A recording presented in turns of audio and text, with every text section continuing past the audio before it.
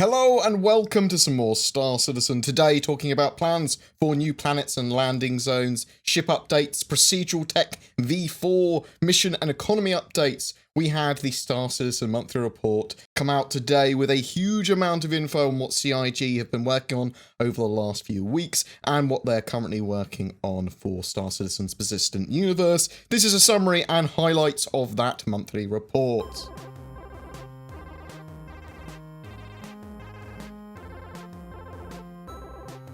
Let's start with the environment. They began an early white box of Crusader's landing zone, Horizon. Basic architectural forms and structures are being developed. They are trying to find the right balance between expansive on-foot areas while keeping essential points of interest within sensible traversal times of each other. They also are getting a head start on Alpha 3.9 by designing some of the missions that will appear at Horizon as well. The modular team finished whiteboxing new sets of assets for more diverse space station exterior shapes. Prefabs, rules, and filters that enable the procedural tool to do its thing are also being established. With all of this is going to lead to more interesting and diverse sets of station exteriors to fly around and land at very soon. The environment team also focused on the high-tech common elements found throughout Microtech's new Babbage, the landing zone there. The new hangar, hab, transit, garage, and security elements are currently being finished up and readied for their debut in Alpha 3.8. On the organics side, they also completed another push on procedural caves, which will be seen in the future, and continued the update of the persistent universe's existing planets, including investigating canyons, the first results of which look very promising. They're scaling their feature sets out as much as they can so we can have much larger looking natural features that will actually look good. They continued work on Area 18 for the future. There's going to be new points of interest around the planet. They made progress on the procedural tool by building up an additional library of rooms to give more variation to future rest stops as well as refineries and cargo ports. Narrative team there created branding for several new tiers of the rest stops that will be appearing around the PU in the upcoming patches as well.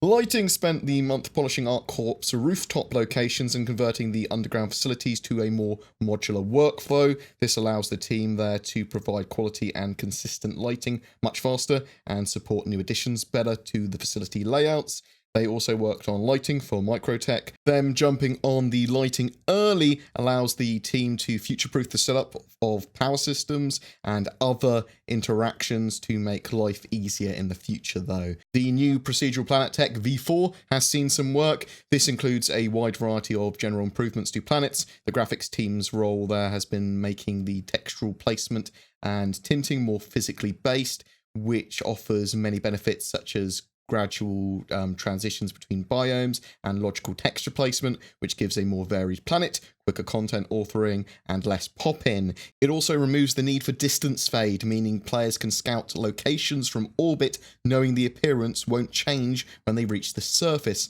Although it's going well, Procedural Tech V4 is still very much a work in progress and won't be ready for the persistent universe for some time. In parallel to that, though, the VFX team are working on Planet Effects V4. This is a new round of iteration on tech that generates planetary effects like dust and sand and drifting pollen, and the team are looking into ways to allow effects to be more closely driven by planetary data, for example using a planetary's height map to reduce or increase specific effects depending on how high up the player is, combined with effects options available from the room system, temperature, pressure, humidity.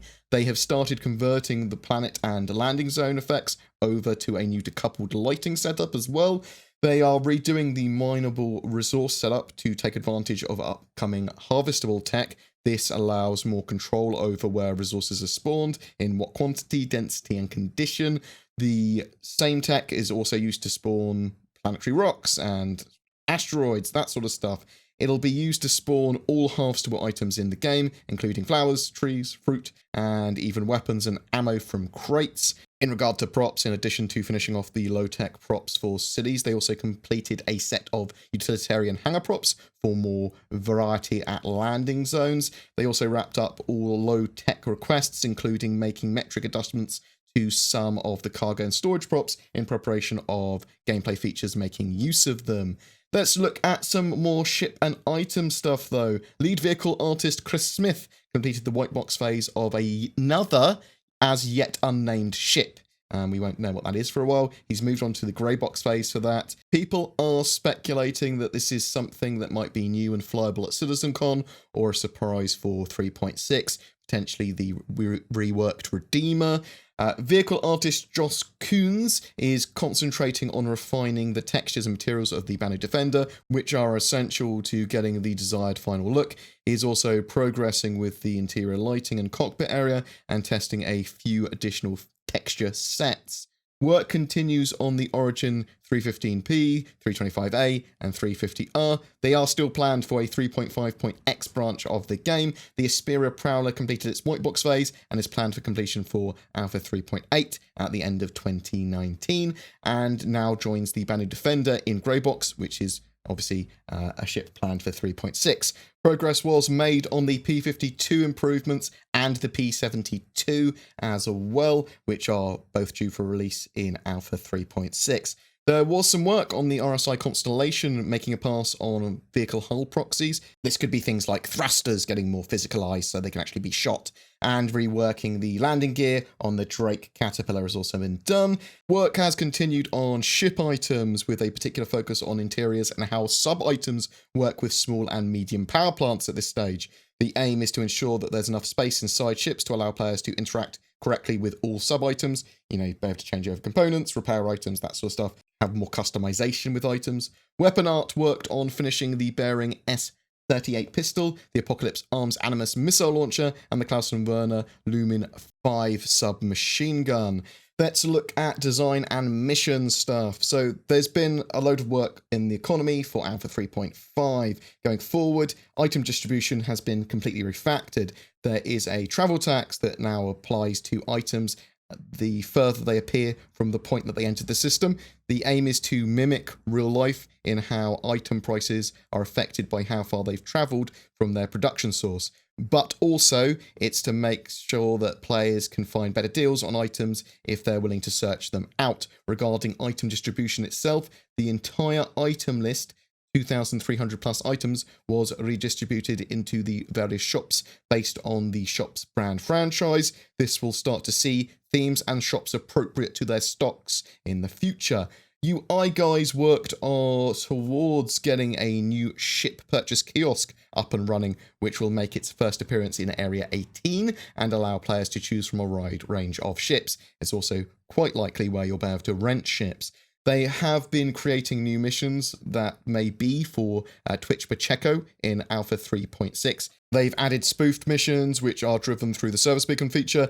These are important as they're the first attempt at having AI dynamically generate missions for players as they fly around the universe. Currently, the AI will only request combat assistance from players, but the doors are now open to start using the approach for other beacon types as further AI features come online. For example, the team are currently working on a refueling beacon for Alpha 3.6 that will allow players to request fuel from NPCs. The ability for players to respond to this beacon type will be coming in subsequent releases. An internal initiative to improve the service beacon creation pipeline was also launched. This is because at present it takes considerable work from the programmers to add new beacon types into the game. With the help of the UI team, new technology has been created to allow the designers to create UI screens on their own with little to no programmer support. Expect lots of new types of service beacons and beacon types and mission types going forward. Animation and character stuff. Animation is working on a new mission giver, Eddie Parr, a bartender, that are refining NPC bar patron animations to help populate the locations that Eddie Barr will be bartending.